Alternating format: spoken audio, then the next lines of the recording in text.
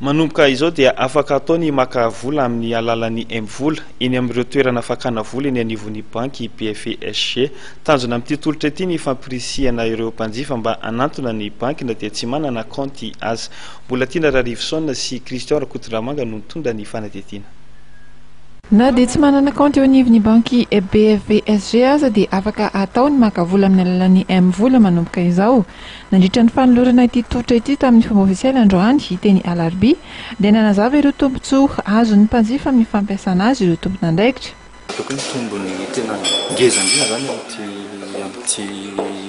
amin'ity tolotra vaovao ity dia atao ny disponibilité an'ilay vola zany na voalohany na ovinana zany ianao na amin'ny alina na weekend zany na amina fotoana zany tsy misy ny ataontsika hoe point marchand izay fangalana vola mahazatra zany raha ohatra amina fotoana 1000 heures zany point marchand dia ity tolotra ity dia ahafahan'ny mpanjifa M-vola zany maka vola foana zany na amin'ny alina io na amin'ny weekend na amin'ny andro tsy fiasana zany.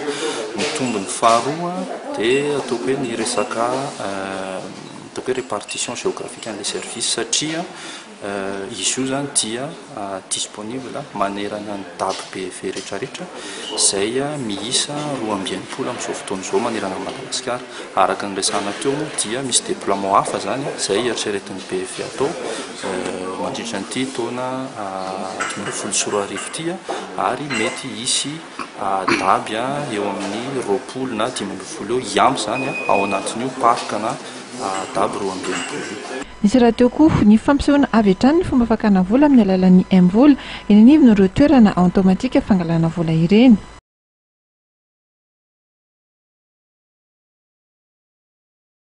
Any amin'ireo toerana fizaram-bola misy 120 eto Antananarivo dia ahafahana mahazo ity tolotra ity avokoa. Ato anefa dia mbola afaka atao ihany koa izany any amin'ireo toerana misy 170 hafa manerana Nosy. Baka ireo tolotra rehetra amin'ny alalan'ny M-vola dia azo antoka vetivety ary tsotra ity fomba fakana vola vaovao ity.